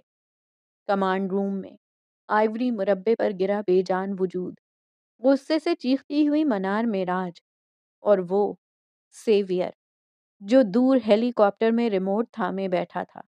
اس کے ظرف کا کڑا امتحان تھا۔ یہ میری داستان کا سب سے بڑا داؤ تھا۔ کمانڈ روم کے آئیوری حصے پر پڑا اس کا بے جان وجود، وہ ایک ٹریپ ڈور تھا۔ ولی نے پہلا بٹن دبایا۔ اس کی دھڑکن ساکت ہونے سے پہلے ہی اس بٹن نے آئیوری حصے کو دو پٹ میں کھول دیا تھا، اور اس کا وجود کمانڈ روم سے نچلے کمرے میں گر چکا تھا۔ دوسرا بٹن، وہ کمانڈ روم کو اڑانے کا تھا، تاکہ کوئی ثبوت نہ بچے اور عنکبوت کا یقین کامل ہو جائے۔ وہ سیویئر تھا۔ اس نے کہانی کو بچا لیا تھا۔ 3 سال، 3 سال اس کا وجود کوما میں تھا۔ لوگوں نے اس کا یاٹ دیکھا تھا، مگر اسے کسی نے کبھی نہیں دیکھا، کیونکہ وہ اسی یاٹ میں موت اور زندگی کی جنگ لڑ رہا تھا۔ اس نے یہ کھیل جان داؤ پر لگا کر کھیلا تھا، کیونکہ وہ جان ہار سکتا تھا، حرمت نہیں۔ ہاں، اس کا منظر عام سے ہٹنا ضروری تھا تاکہ باقی سب نارمل زندگی جی سکیں۔ اگر وہ زندہ رہتا تو جال کبھی نہ ٹوٹتا۔ عنکبوت کے مرنے کے لیے بادشاہ کا مرنا ضروری تھا، اور جب تک وہ اندھیرے میں رہے گا باقی سب سکون سے رہیں گے۔ وہ خاندانی رات میں رکا ہوا تھا۔ اس کے گرد ماحول گھوم رہے تھے، درد، محبت اور فتح کے گرد وہ مسکرایا اور چل دیا۔ وہ اپنی داستان کا مصنف تھا، اور اس نے ابھی آخری باب نہیں لکھا تھا، اور جو لکھ چکا تھا اس میں موت تو ہرگز نہیں تھی۔ دوسرے ہاتھ میں پکڑے فون پر ایک نوٹیفیکیشن ابھرا۔ اس نے ٹھہر کر دیکھا۔ اس کا انسٹاگرام اکاؤنٹ جو 3 سال سے مردہ تھا، اس کی آخری پوسٹ پر نیا کامنٹ تھا۔ مسٹر رئیس اورنگزیب، آپ کی چھٹیاں کب ختم ہوں گی؟ میں 2 سالوں سے انتظار کر رہی ہوں۔ کیا میں آپ کو یاد ہوں؟ میں نے کہا تھا میں مستقبل کی ڈاکٹر بنوں گی۔ کیا آپ مجھ سے شادی کریں گے؟ اور آپ نے کہا تھا میں پہلے ڈاکٹر بن جاؤں۔ میں بتانا چاہتی ہوں، میں ڈاکٹر بن چکی ہوں اور مجھے میرا پارٹنر مل گیا ہے۔ میں کہنا چاہتی ہوں کہ آپ دنیا کے بہترین مینٹور ہیں۔ آپ کی باتوں نے مجھے لڑنا اور جینا سکھایا۔ اس کے ہونٹوں پر ایک گہری معنی خیز مسکراہٹ پھیل گئی۔ ہے روزا، اس کی دھیمی سرگوشی ابھری۔ یس باس، اے آئی کی میکان کی سی آواز۔ جیسے وہ ہمیشہ اس آواز کا انتظار کر رہی تھی۔ اسے ریڈ والا ہارٹ بھیجو۔ اس نے حکم دیتے ہی فون جیب میں ڈالا۔ اگلے ہی پل اس کامنٹ کے نیچے سرخ دل چمک رہا تھا، وہ دل جو 3 سال سے ساکت تھا۔ یہ محض ایک ہارٹ نہیں تھا، یہ ایک وعدہ تھا، یہ ایک سگنل تھا۔ کچھ خواہشیں کبھی ختم نہیں ہوتی۔ وہ گھر کی خواہش آج بھی زندہ تھی۔ گھر بن چکا تھا مگر وہ اس گھر میں نہیں تھا۔ شاید بادشاہ ہونے کی یہی قیمت تھی۔ وہ کبھی گھر میں نہیں رہ سکتا تھا۔ وہ آگے بڑھتا جا رہا تھا۔ اسے وہیں چھوڑ کر وقت تیزی سے اڑا۔ اسکاٹ لینڈ کی گہری رات میں جوزف پیلس ایک خاموش اور پرسکون ہیولے کی طرح کھڑا تھا۔ سنا ہے جوزف پیلس کی دیواریں رات بھر سرگوشیاں کرتی ہیں، جیسے کسی ڈریکولا نے ایک ڈائن کو قید کر رکھا ہو، اور آج کی رات یہ سرگوشیاں پوری طرح سچ تھیں۔ مسٹر جوزف، وہی سرد، خشک اور باوقار شخص، آہستہ قدموں سے تہخانے کی طرف بڑھے۔ ان کے ہاتھ میں چاندی کی ایک چھوٹی سی ٹرے تھی جس پر ایک سادہ پلیٹ اور پانی کا گلاس رکھا تھا۔ تہخانے میں شدید ٹھنڈک اور پرانی لکڑی کی ہلکی سی بدبو تھی۔ انہوں نے ایک بھاری آہنی دروازہ کھولا اور اندر قدم رکھا۔ اندرونی کمرہ بڑا تھا، جس میں ایک پتھر کی کرسی اور ایک چھوٹی میز تھی۔ روشنی کا انتظام صرف ایک پرانے لیمپ کے ذریعے تھا جس کی زرد روشنی دیواروں پر خوفناک سائے ڈال رہی تھی۔ کرسی پر وہ بیٹھی تھی، کہانی گر، سیاہ گھنگریالے بالوں والی منار معراج، دی سروائیور۔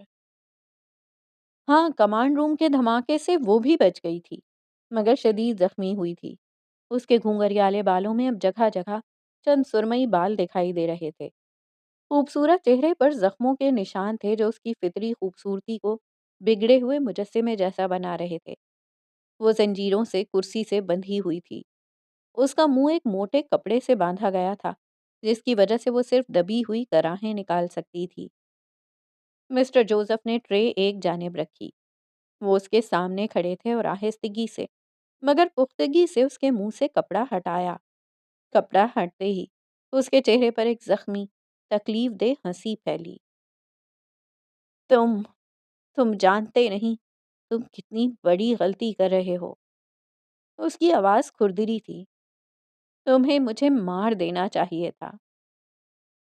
مارنا آسان تھا، اور آسانی میری پسندیدہ نہیں ہے۔ تم زندہ ہو کیونکہ تمہاری رعایا تب تک کچھ نہیں کر سکتی جب تک تم گمشدہ ہو، اور اگر وہ مر جاتی تو وہ آسانی سے نئی ملکہ چن لیتے۔ یا پھر منار کی سرد زہریلی مسکراہٹ ابھری، ایک پراسرار مسکراہٹ۔ وہ اسے یہاں غیر قانونی راستوں سے لائے تھے۔ وہ اسمگلنگ کی بے تاج ملکہ تھی، اور اب اسے اسی راستے سے قید میں لایا گیا تھا جہاں سے نکلنا ناممکن تھا۔ منار کی ہنسی گہری ہوتی گئی۔ یہ ایک خوفناک سسکیوں سے بھری ہنسی تھی۔ تم پچھتاؤ گے، تم سب پچھتاؤ گے۔ جس دن میں یہاں سے جوزف کی قید سے آج تک کوئی نہیں بھاگ پایا۔ تاریکیاں تمہارا مقدر ہیں، تم انہیں پسند کرتی تھیں۔ بھول جاؤ کہ تم باہر کا سورج دیکھو گی۔ تمہیں اندھیروں میں رہنا پسند تھا اور اب اندھیرے تمہارے لیے مستقل ہیں۔ ان کی آواز خطرناک حد تک سخت تھی۔ منار کی آنکھوں میں شدید چمک تھی، جیسے اسے اچانک کوئی بڑا راز مل گیا ہو یا وقت پورا ہو گیا ہو۔ اس نے نفی میں سر ہلایا۔ مہلت ختم ہو گئی ہے۔ وہ آ رہی ہے۔ وہ سب آ رہے ہیں۔ یہ جال کبھی نہیں ٹوٹ سکتا۔ مسٹر جوزف کے ماتھے پر ہلکے سے بل پڑے مگر وہ کچھ نہ بولے۔ میرا سایہ کبھی ختم نہیں ہوگا۔ میری پرچھائی تم سب کا پیچھا کرے گی۔ سب میرے جال میں ہیں۔ میں کبھی کسی کو پرسکون زندگی نہیں گزارنے دوں گی۔ مسٹر جوزف نے کوئی جواب نہیں دیا۔ وہ ایک لمحے کے لیے بھی نہیں ہچکچائے۔ انہوں نے خاموشی سے کھانا اٹھایا اور میز پر رکھا۔ یہ تہ خانہ پیلس کے اصولوں پر چلتا ہے، اور یہ پیلس میرا ہے۔ انہوں نے ایک نیا صاف کپڑا اٹھایا۔ وہ فوراً چیخ اٹھی، رکو، تم مجھے چپ نہیں کرا سکتے۔ میری کہانی باقی ہے۔ میں ان سب کو ان سب کو، اس سے پہلے کہ وہ اپنا زہر مزید اگلتی، مسٹر جوزف نے مضبوطی سے اس کے منہ پر کپڑا باندھ دیا۔ ان کے ضبط کی آخری لکیر بھی ٹوٹ گئی۔ وہ دروازہ بند کرنے سے پہلے مڑے اور قید خانے کو دیکھا۔ منار زنجیروں میں جکڑی کرسی پر ایک دبی ہوئی گھٹی ہوئی آواز میں چیخ رہی تھی۔ یہ زہریلی فیری ٹیل کو ختم کرنے کا واحد طریقہ تھا، قید، کیونکہ موت اکثر ایک نیا شہید پیدا کر دیتی ہے۔ انہوں نے بھاری آہنی دروازہ بند کیا اور باہر سے موٹا لوہے کا قفل لگا دیا۔ تہہ خانے میں ایک بار پھر مکمل تاریکی اور منار کی گھٹی ہوئی چیخیں رہ گئیں۔ اسے یہاں قید رہنا تھا، ہمیشہ۔ وقت پھر تیزی سے اڑا۔ سورج کی آخری سنہری کرنیں کمرے کی کھڑکی سے جھانک رہی تھیں۔ کھڑکی کے سامنے ایک چھوٹی لکڑی کی میز رکھی تھی اور اس کے قریب رکھی کرسی پر ایک لڑکی بیٹھی تھی، 19 سالہ لڑکی۔ وہ کسی دیوی کی طرح خوبصورت تھی۔ اس کی آنکھیں سیاہ، گہری اور ذہین تھیں، بالکل تاریکی کی طرح۔ اس کے بال گھنے، سیاہ اور چمکدار تھے۔ اس کا چہرہ صحت یابی کے بعد نکھر کر چمک رہا تھا۔ وہ اب مکمل طور پر صحت یاب ہو چکی تھی۔ اس کے سامنے میز پر ایک پرانا سیاہ رنگ کا لکڑی کا باکس رکھا تھا، باکس جس کے ڈھکن پر ابھری ہوئی ایک چھوٹی سی مگر واضح مکڑی، عنکبوت بنی ہوئی تھی۔ اس نے نہایت آہستگی اور احتیاط سے وہ باکس کھولا۔ اندر کاغذ کی ایک طے شدہ پرچی پڑی تھی۔ اس نے کاغذ نکالا اور اس کی نگاہیں ایک بار پھر اس پر پھیلنے لگیں۔ یہ ملکہ عنکبوت یعنی منار معراج کا اپنی وارث نئی ملکہ یعنی روحی کو دیا گیا آخری اور اہم ترین پیغام تھا۔ میری پیاری بچی، اگر یہ خط تمہارے ہاتھوں میں ہے تو سمجھ لو کہ میں تمہاری فیری ٹیل کا آخری باب لکھ کر جا چکی ہوں۔ اگر یہ تمہارے ہاتھ میں ہے تو جان لو میں ہار گئی۔ لیکن یاد رکھنا، عنکبوت کبھی ختم نہیں ہوتی، وہ صرف اپنی جلد بدلتی ہے۔ یہ میرے اصول تھے جنہوں نے مجھے زندہ رکھا، اور یہ اب تمہارے اصول ہوں گے۔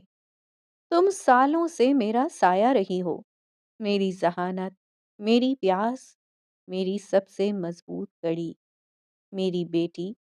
جب تک تمہارے جسم کے زخم مندمل نہ ہو جائیں، جب تک تمہاری ذہانت یہ اعلان نہ کر دے کہ تم ملکہ بننے کے قابل ہو، تب تک خاموشی اختیار کرنا۔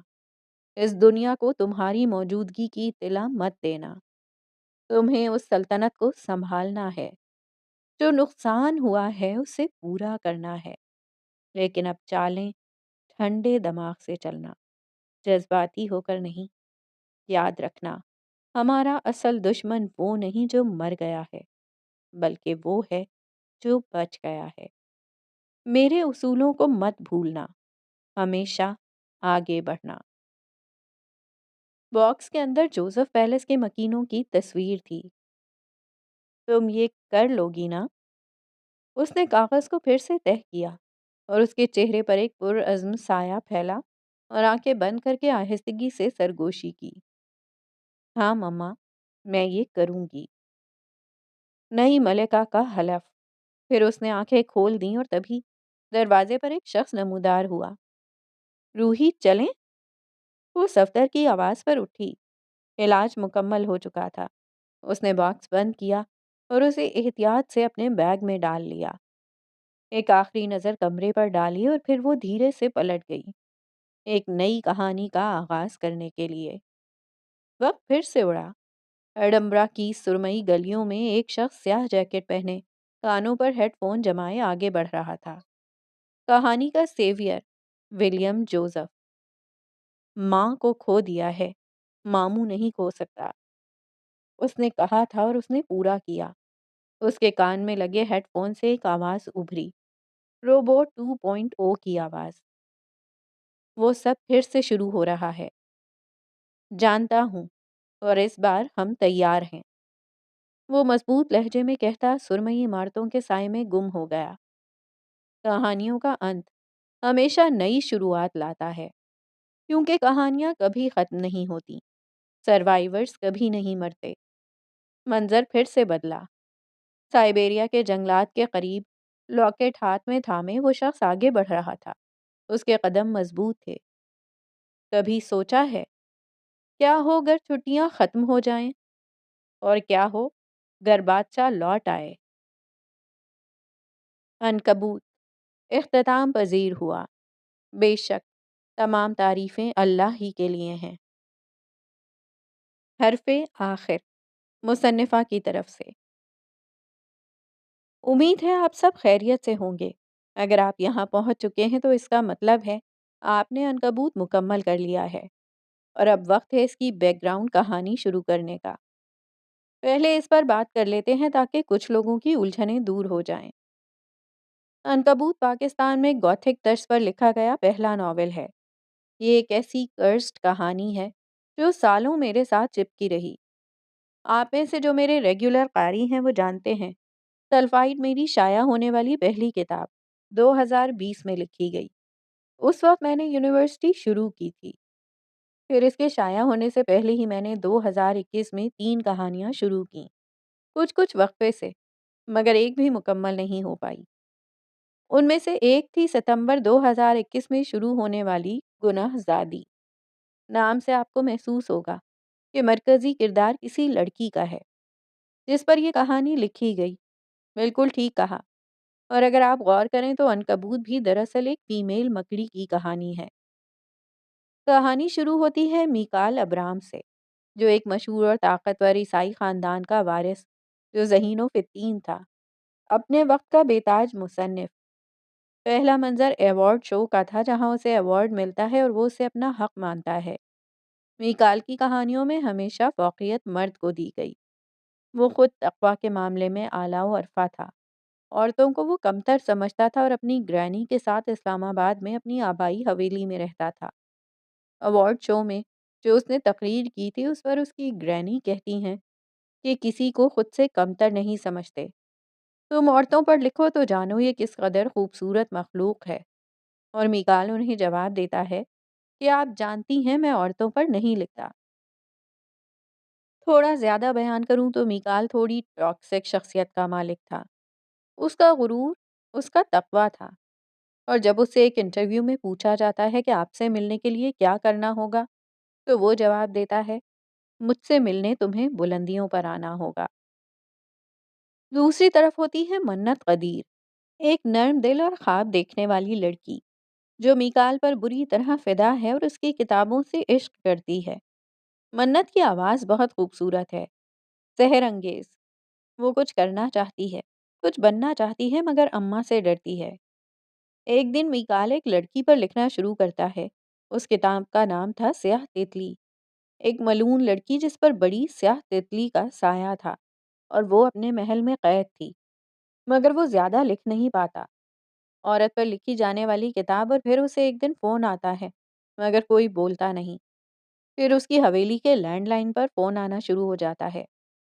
وہ لڑکی میکال سے بات کرنا چاہتی تھی اور اس کی آواز، یہ آواز ویسی تھی، اس لڑکی جیسی جو میکال کی کتاب میں تھی۔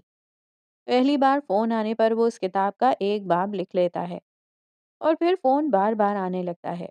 وہ لڑکی بتاتی ہے وہ اسے کتنا پسند کرتی ہے، اور 13ویں کال پر میکال اپنے بڑے پن میں اس لڑکی کا دل بری طرح توڑتا ہے۔ وہ اسے ہر فون کال پر تڑپاتا ہے، اور 13 کالز میں وہ کتاب کے 13 باب لکھ لیتا ہے۔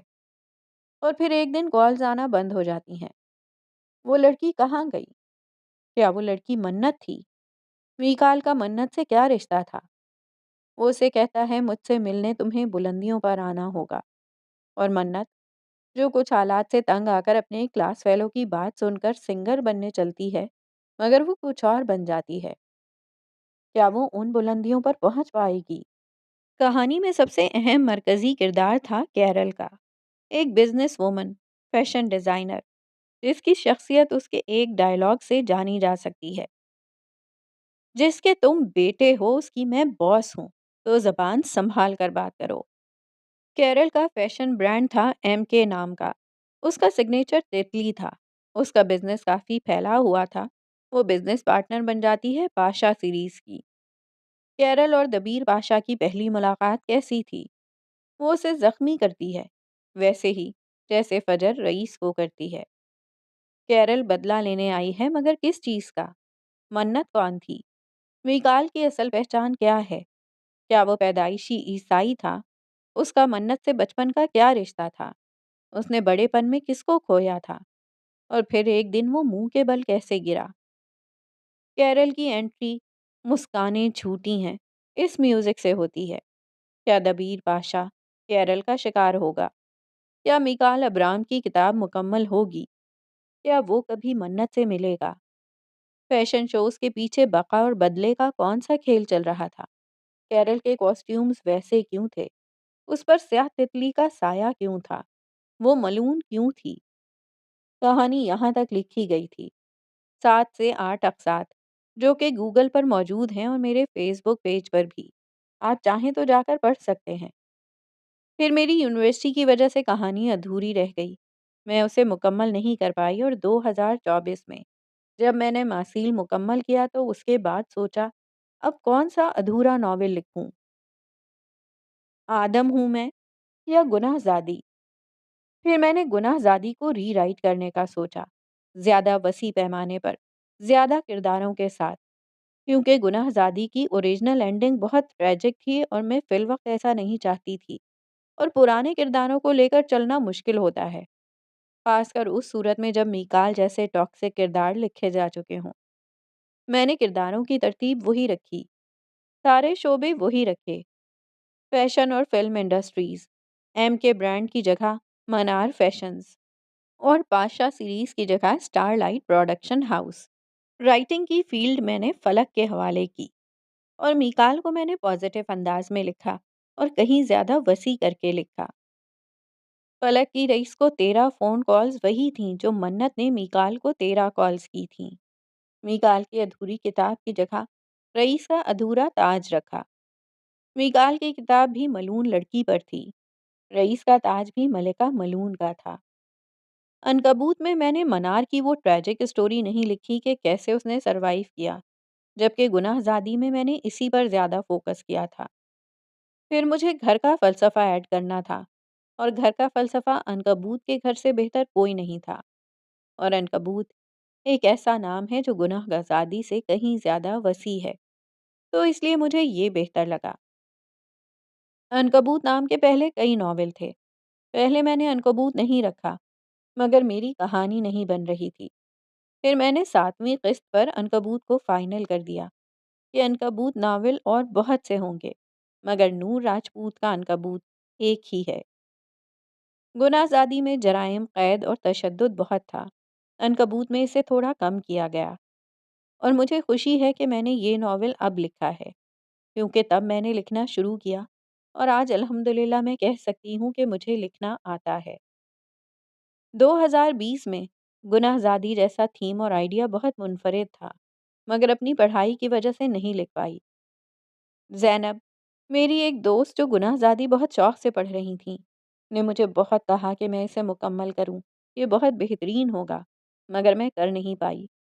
میری رائٹنگ شروع ہوتے ہی 3 سال کا وقفہ آ گیا، اور پھر 2024 میں ماسیل کے ساتھ میں نے دوبارہ کم بیک کیا، اور پھر میں نے گناہ زادی کو ایک نئی شکل میں لکھا۔ گناہ زادی کی شروعات تھوڑی سی مختلف تھی، لیکن حالات و واقعات عنکبوت والے ہی تھے، اور آگے چل کر کہانی وہی تھی جو عنکبوت کی ہے، جو آپ پڑھ چکے ہیں۔ یہاں میں ایک بات واضح کر دوں کہ کچھ لوگوں نے مجھے عنکبوت پر برا بھلا بھی کہا، مگر میں پوچھنا چاہتی ہوں کہ میں اپنے ہی 2021 کے ناول کو 2025 میں لکھنے پر بری کیسے بن سکتی ہوں، جبکہ وہ ناول انٹرنیٹ پر موجود ہے۔ خیر، عنکبوت کا سفر بہت اچھا گزرا۔ عنکبوت کا پلاٹ جیسا شروع میں سوچا آخر تک ویسا ہی چلا۔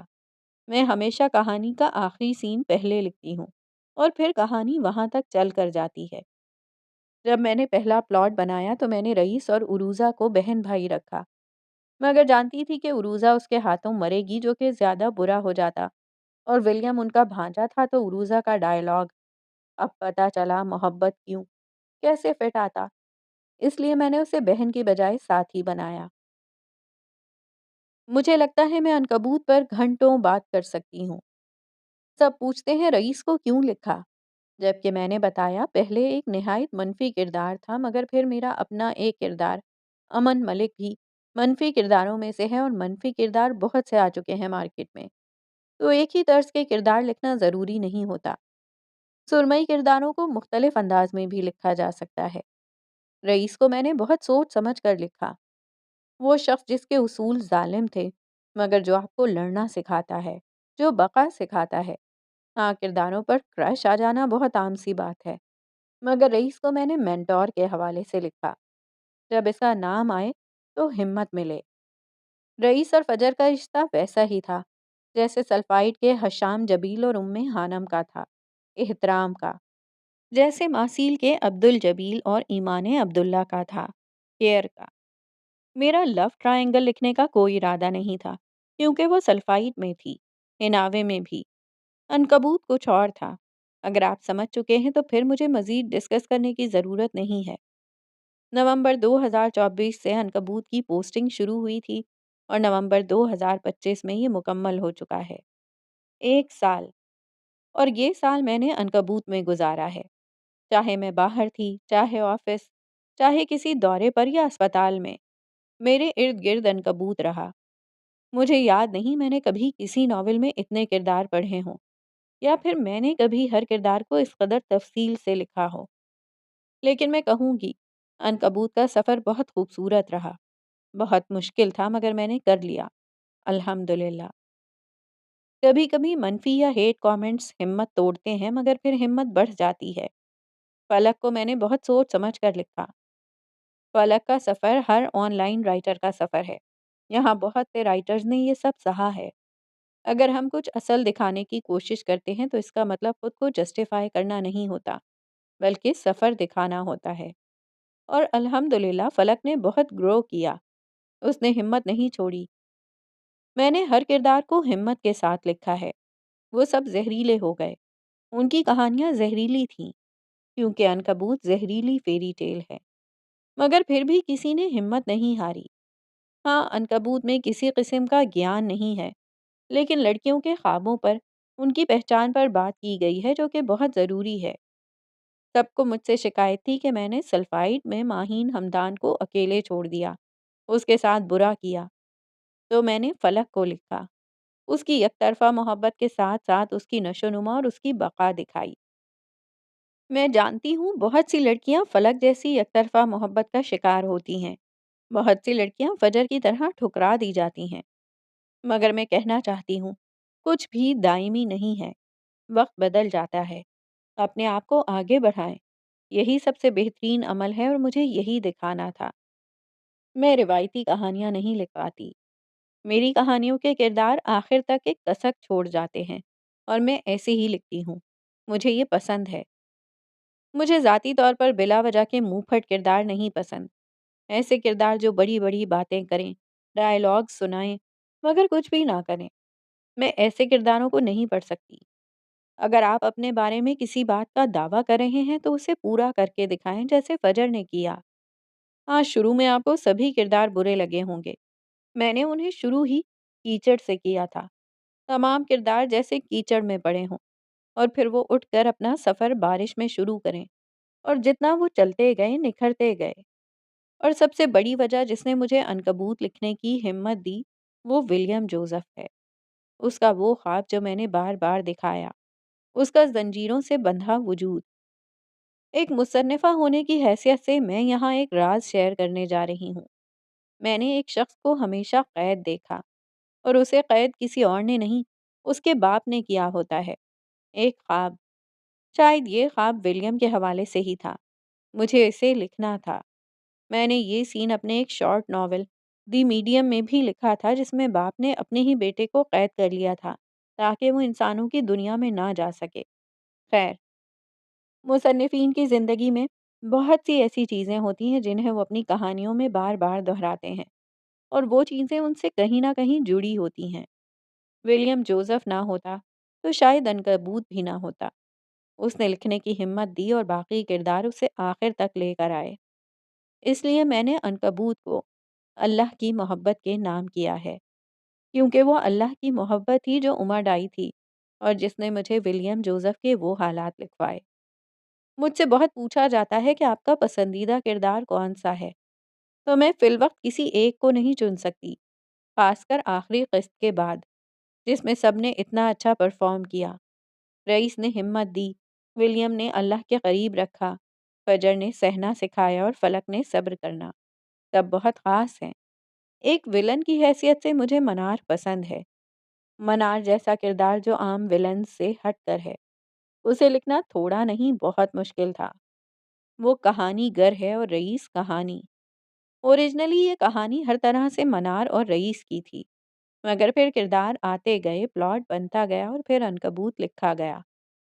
میری ممی کو ولیم بہت پسند ہے، انہیں وہ بہت عزیز ہے۔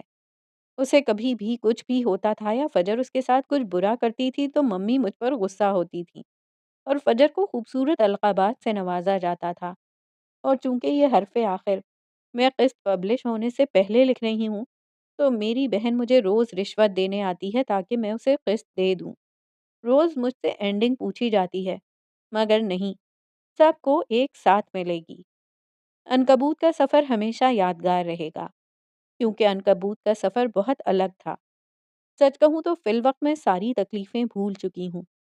خوشی ہے تو بس یہ کہ میں نے عنکبوت لکھ لیا ہے اور آنے والے پروجیکٹ ہر لحاظ سے بہترین ہوں گے، انشاءاللہ۔ کچھ باتیں عنکبوت کی کہانی پر۔ ہر کہانی میں ایک عنکبوت یعنی مکڑی ہوتی ہے، وہ جو خاموشی سے صبر کے ساتھ تنہائی میں اپنا جال بنتی ہے۔ وہ سمجھتی ہے کہ اس کا بنا ہوا جال ہی کائنات کا سب سے مضبوط قلعہ ہے اور ہر زندہ وجود صرف ایک شکار ہے جو جلد یا بدیر اس جال میں آ کر پھنس جائے گا۔